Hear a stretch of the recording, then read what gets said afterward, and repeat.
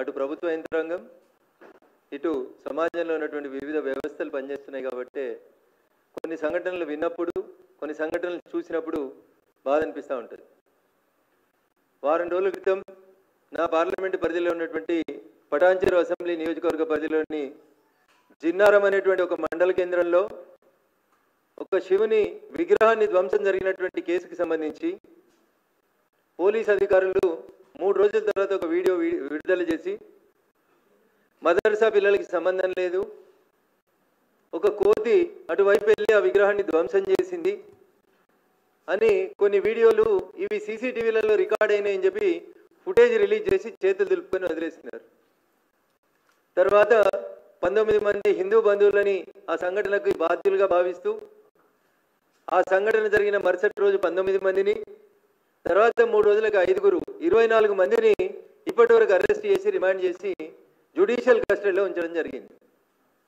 ఈ సంఘటన జరిగిన తర్వాత 4 ఎఫ్ఐఆర్లు నమోదు చేసి హిందువులలో కొంచెం చైతన్యవంతంగా ఉండి ఆ రోజు ఇది ఎందుకు జరుగుతుంది అని చెప్పి నిలదీసిన వాళ్ళందరినీ కూడా రిమాండ్ చేసింది తెలంగాణ పోలీస్. ఒక 4 ఎఫ్ఐఆర్లు నమోదు చేసిండ్రు. ఇది జరిగిన తర్వాత నేను 3 రోజుల తర్వాత సాక్షాత్తు రాష్ట్ర డీజీపీ గారిని కలిసి ఆ 4 ఎఫ్ఐఆర్లకు సంబంధించినటువంటి అంశం కోతులు చేసిన ధ్వంసం అనేటువంటి విషయం లోపల నేను నాకున్న సందేహాల్ని సాక్షాత్తు రాష్ట్ర డీజీపీ గారి ముందు ఉంచడం జరిగింది. అసలు మదర్సాలో ఎవరుంటున్నారు, మదర్సాల్లో ఉన్నటువంటి 70 మంది ఏ ప్రాంతానికి సంబంధించిన వాళ్ళు, వాళ్ళ తల్లిదండ్రుల ఐడెంటిటీ ఏంది, ఏ ఊరు నుంచి వచ్చినారు వాళ్ళు, మదర్సా ఏ రోజు స్థాపించినారు, మదర్సా స్థాపించడానికి ఏమైనా అనుమతులు తీసుకున్నారా, మదర్సాలో తెలంగాణ వాళ్ళు, జిన్నారం వాళ్ళు, మెదకోళ్ళు, మా బొల్లారం వాళ్ళు ఎవరైనా పిల్లలు ఉన్నారా, అసలు ఈ మదర్సా ఎవరి కోసం కట్టిండ్రు, ఏ దేశస్తుల కోసం కట్టిరు, అట్లీస్ట్ తెలంగాణ వాళ్ళు కాకపోతే మా మెదకోళ్ళు కాకపోతే హైదరాబాద్ వాళ్ళు కాకపోతే ఇంకెవరైనా పక్కూరోళ్ళు వచ్చిర్రా అనేది చూస్తే పోలీసులకి నేను కేటగారికల్గా డీజీపీ గారికి చాలా స్పష్టంగా చెప్పడం జరిగింది. వీళ్ళంతా బయట దేశస్తులు, వీళ్ళ ఐడెంటిటీ మీద ఒక ఎంక్వైరీ జరపాలి. అసలు ఆ మదర్సాలు నా మెదక్ పార్లమెంట్ పరిధిలో ఉన్న జిన్నారం మండలంలోనే ఇంకోటి శివానగర్లో ఒక మదర్సా ఉంది, సంగారెడ్డి నుంచి సదాశివపేట పోతే హైవే మీద ఒక మదర్సా ఉంది. వీటన్నింటి లోపల జరుగుతున్నటువంటి కార్యకలాపాల మీద నాకు అనుమానం ఉంది. మొత్తం మెదక్ పార్లమెంటే కాకుండా ఈ రాష్ట్రంలో ఉన్న మదర్సాలేని అనుమతులేని అందులో ఉంటున్న వాళ్ళు ఏ దేశం ఏ రాష్ట్రం వాళ్ళు వాళ్ళ ఐడెంటిటీని ఒకసారి చెక్ చేయాలని నేను రాష్ట్ర డీజీపీ గారికి చెప్పినాను. కానీ పోలీసుల ప్రవర్తన ఎట్లుంటుందో మీకు అందరికీ తెలుసు. ఏం చేస్తున్నారో చెప్పరు, ఏం చేయాలనో చెయ్యరు. అదేంటి అంటే కాన్ఫిడెన్షియల్ ఇన్వెస్టిగేషన్ చేస్తూ ఉన్నాం, బయటికి చెప్పలేమనే మాటలు తప్పితే కొత్తగా ఏం కనబడదు. కానీ ఈ జరిగిన సంఘటన మీద మేము మా పార్టీకి సంబంధించినటువంటి ఒక 4 వ్యక్తులు అసలు జిన్నారం మదర్సాలో ఏం జరిగింది అనేటువంటి విషయంలో ఒక 4 గత వారం రోజులుగా అక్కడ ఏం జరుగుతుంది అనేటువంటి విషయంలో విచారణ జరిపినప్పుడు మొత్తం తెలంగాణ కాదు దేశం మొత్తం ఆశ్చర్యపోల్సినటువంటి విషయాలు ఉన్నాయి. అక్కడ ఆ మదర్సాలో 70 మంది విద్యార్థులు చదువుకుంటున్నారు. జిన్నారం దగ్గర ఘర్షణ కారణమైనటువంటి మదర్సాలో 70 మంది విద్యార్థులు చదువుకుంటున్నారు. ఎక్కడోళ్ళు జిన్నారం వాళ్ళు, బొల్లారం వాళ్ళు, పటాన్చెరు వాళ్ళు, రామచంద్రపురం వాళ్ళు, సిద్దిపేట వాళ్ళు, ఇంకెవరో పక్కోళ్ళేమో అనుకున్నా నేను. మొత్తం విచారణ చేసి చూస్తే తేలింది ఏంటంటే ఆ 70 మందిలో 65 మంది 70లో 65 మంది పిల్లలు మీది ఏ ఊరు అని అడిగినప్పుడు వాళ్ళ నుంచి వచ్చిన సమాధానం కిషన్ గంజ్ బీహార్ అని చెప్తున్నారు. వాళ్ళు దయించి సభ్య సమాజం హిందువులు మొత్తం ఆలోచించాలి. ఎక్కడి నుంచి వచ్చిరట?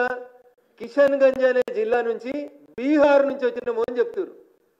మీ తల్లిదండ్రులు ఎక్కడున్నారు అని అడిగినాం. నెక్స్ట్ ప్రశ్న, మా తల్లిదండ్రులు అంతా బీహార్లోనే ఉన్నారు సార్ అని చెప్పారు వాళ్ళు.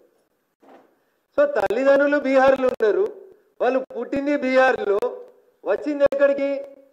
జిన్నారంకి వచ్చారు. పోనీ జిన్నారం ఏదో పెద్ద హైటెక్ సిటీ, అదేదో పెద్ద మున్సిపాలిటీ సర్వాంగ సుందరంగా ఉంది, వీళ్ళు వచ్చిరు ఆడేదో చేస్తున్నారు, అదేదో కాస్మోపాలిటన్ సిటీ అంటే కాదు, చిన్న మండల కేంద్రం. ప్రశాంతంగా ఉన్న ఒక మండల కేంద్రానికి ఒక మదర్సాను తెచ్చిపెట్టిరు. బీహార్కి వెళ్ళి పిల్లలు అని చెప్తారు. మాకు అనుమానం ఉంది అది కిషన్ గంజ్ కాదు, బీహార్ కాదు. Kishanganj is adjacent to Bangladesh. బంగ్లాదేశ్కి కిషన్గంజ్కి మధ్యలో బార్డర్ ఉంటుంది గీత. వీళ్ళంతా పేరు కిషన్గంజ్ అని చెప్తారు కానీ వీళ్ళ దగ్గర ఒక ఆధారం కానీ తల్లిదండ్రుల గురించి కానీ వాళ్ళు సరైన సమాచారం చెప్తలేరు. బహుశా ఈ మదర్సాలో ఉన్న 65 మంది కూడా బంగ్లాదేశ్ నుంచి వచ్చి జిన్నారంలో శిక్షణ పొందుతున్నట్టు నాకు అనుమానంగా ఉంది. ఇదే విషయం నేను రాష్ట్ర డీజీపీ గారిని కలిసినప్పుడు చాలా స్పష్టంగా చెప్పినాను. పిల్లల ఐడెంటిటీ ఎంక్వైరీ చేయండి అని ఎంక్వైరీ చెప్తాం. ఇంకా దారుణం అన్నా పిల్లలంతా అడికెళ్ళి వచ్చిర్రు అనుకున్నాం. అసలు మదర్సా ఎవరు నడుపుతున్నారు, మదర్సాల చదువు చెప్పే సార్లు ఎవరు అనేది ఎంక్వైరీ చేసినాం. మదర్సాల చదువు చెప్పేందుకు వచ్చిన సార్లు కూడా మీది ఏ ఊరు అంటే మాది కిషన్గంజ్ బీహార్ అని చెప్తున్నారు. వాళ్ళు దయించి ఆలోచించాలి మీడియా మిత్రులు కూడా. పిల్లలది కిషన్గంజ్ బీహార్ అనే చెప్తున్నారు.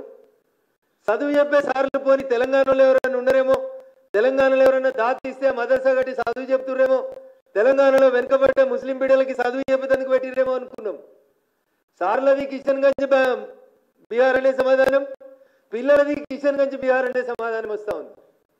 నేను ఈ మధ్యలో అన్ని ఆంగ్ల హిందీ దినపత్రికలలో ఛానళ్లలో వచ్చినటువంటి కొన్ని వార్తల్ని కిషన్గంజ్ గురించి చూడడం జరిగింది. దురదృష్టకరం, బాధాకరం. కిషన్గంజ్లోకి బంగ్లాదేశ్ నుంచి చొరబాటుదారులు వచ్చి అక్కడ ఉన్నటువంటి హిందువులని భూమి అమ్ముతావా సస్తావా అని బెదిరించి అమ్మకపోతే దౌర్జన్యం చేసి చంపేసి ల్యాండ్ జిహాద్ నడుస్తుంది అలా బీహార్ కిషన్గంజ్లో. ఒకటి కాదు, రెండు కాదు, నేను మీకు ఏం నెంబర్ ఆఫ్ ఎగ్జాంపుల్స్ నా ఫోన్లో ఉన్నాయి. అక్కడ నుంచి వచ్చినటువంటి నేషనల్ ఛానల్స్ రిపోర్టర్స్ ఇచ్చిన రిపోర్టింగ్ కూడా ఉంది నా ముందు. బీహార్ కిషన్గంజ్లో రోజు బంగ్లాదేశ్ నుంచి వచ్చి కిషన్గంజ్లో ఉన్నటువంటి హిందువుల మీద దాడులు చేసి హిందువుల భూములని కబ్జా చేసుకొని ల్యాండ్ జిహాద్ నడిపిస్తున్నారు కిషన్గంజ్ బీహార్ లోపల. గావళ్ళు మా మెదక్కి ఎందుకు వచ్చిరన్న? వాళ్ళకి జిన్నారంకి ఏం సంబంధం ఉంది?